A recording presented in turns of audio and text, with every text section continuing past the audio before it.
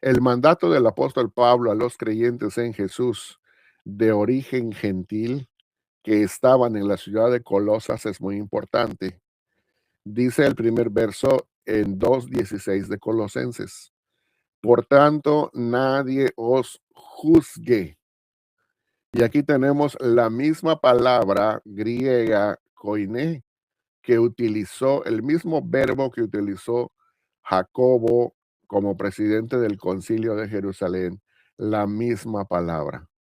Cuando dice nadie os juzgue, acá está hablando el apóstol Pablo y luego dice en comida o en bebida o en cuanto a días de fiesta, que se refiere a días de fiesta anuales, a luna nueva, a días de fiesta mensuales o a sábados, y es un registro de los sábados semanales. La pregunta entonces es, porque los adventistas y los sabáticos en general y los de las raíces hebreas pelean por decir que estos sábados que se mencionan aquí en este verso no se refieren a sábados semanales, sino a sábados anuales, a días de fiesta. Pero esto la misma escritura les derriba este argumento con dos pasajes muy fáciles de localizar en el Antiguo Testamento. De ahí que la pregunta que yo hago es la siguiente. ¿Cómo sabemos que se refiere en ese orden secuencial a lo anual, mensual y semanal? Bueno, porque el mismo Antiguo Testamento nos lo otorga en ese mismo orden secuencial en pasajes como los siguientes. El primero es Ezequiel 45:17, donde dice, mas al príncipe corresponderá el dar el holocausto y el sacrificio y la libación. Y luego nos dice cuándo. En las fiestas solemnes anuales, en las lunas nuevas mensuales y en los días de reposo, o sea, los sábados semanales. Y si lo queremos más claro todavía, en Oseas 2:11 dice así, haré cesar todo su gozo. ¿Y cuál es ese gozo? Es sus fiestas anuales, sus lunas nuevas mensuales y sus días de reposo, o sea, sus sábados semanales. Eso es muy claro. No necesitamos ir muy lejos para encontrar la misma secuencia. Luego, en el siguiente pasaje, dice el verso lo siguiente, lo cual es sombra de lo que ha de venir, pero el cuerpo es de Cristo. Esto es muy importante. Ahorita vamos a ver am, algo muy necesario de leer y de aclarar.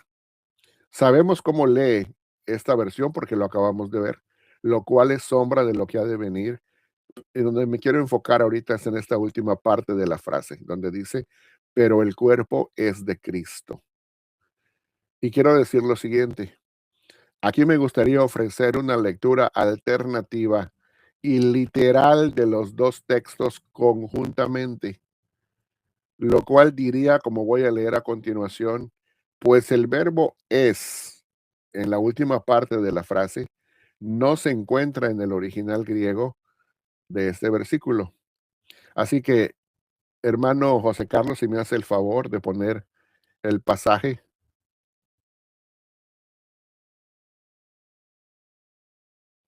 si puede poner la lámina, por favor.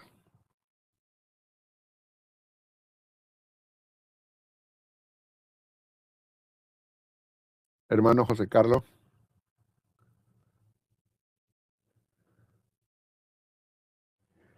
necesito la diapositiva.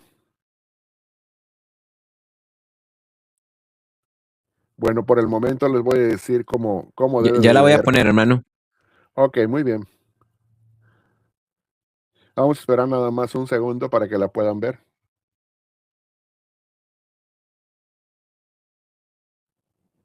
Que es una Sí. versión de lo que dice Colosenses 2:16 al 17.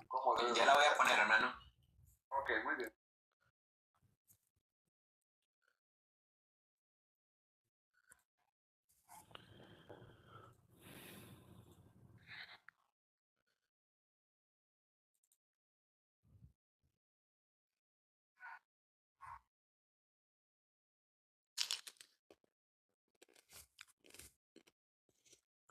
Disculpen ustedes las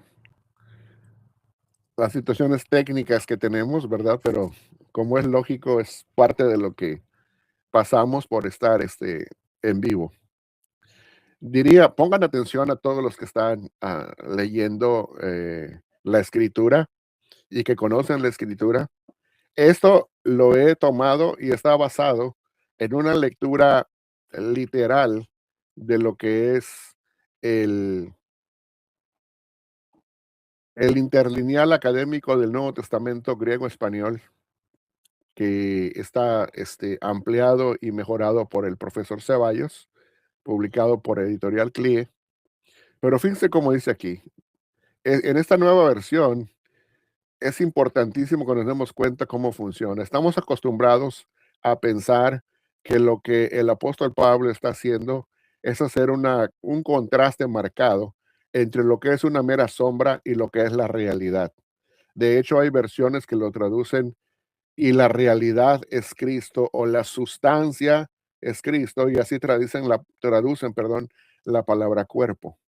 Pero en esta versión no necesitamos traducir la palabra cuerpo como realidad o como sustancia, sino la dejamos tal y como es su traducción tradicional en todas otras partes donde aparece, que se traduce cuerpo.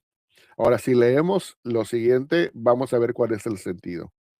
Por tanto, dice Pablo, nadie os juzgue, y luego entre comillas podemos poner todo lo que sigue en comida o en bebida o en cuanto a días de fiesta, a luna nueva o a sábados, lo cual es sombra de las cosas que vienen. Cerramos paréntesis y aquí viene el final de la frase, sino el cuerpo de Cristo. Ahora, si leemos esto sin el paréntesis, diría, por tanto, nadie os juzgue, sino el cuerpo de Cristo. Ya cambia completamente el sentido. Y lo que propongo aquí, como una lectura alternativa y una interpretación alternativa, no contradice la otra interpretación que se ofrece tradicionalmente, en donde podemos ver el contraste entre sombra y realidad, que también es una posibilidad muy grande de que así se deba interpretar. Pero si esta frase está correcta en la forma en que lo he puesto aquí, fíjense lo que significaría.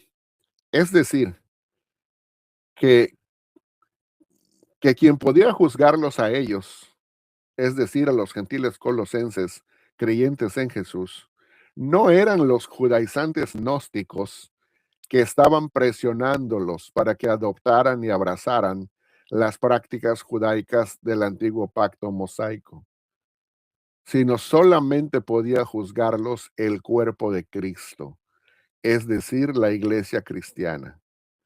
Y adivinen qué, la iglesia cristiana ya había juzgado en Hechos 15:19 sobre este mismo punto unos años antes en el concilio de Jerusalén. Es decir, asunto terminado, punto final. En pocas palabras, este es otro mandato por escrito que los apóstoles prescribieron, con P de Pedro, prescribieron o normatizaron, lo dieron como una norma a los gentiles creyentes en Jesús como dictamen normativo para su fe y práctica cristianas.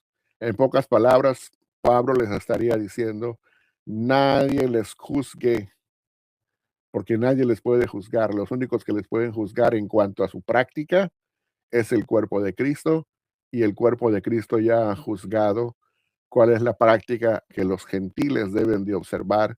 Ya se juzgó en el concilio de Jerusalén.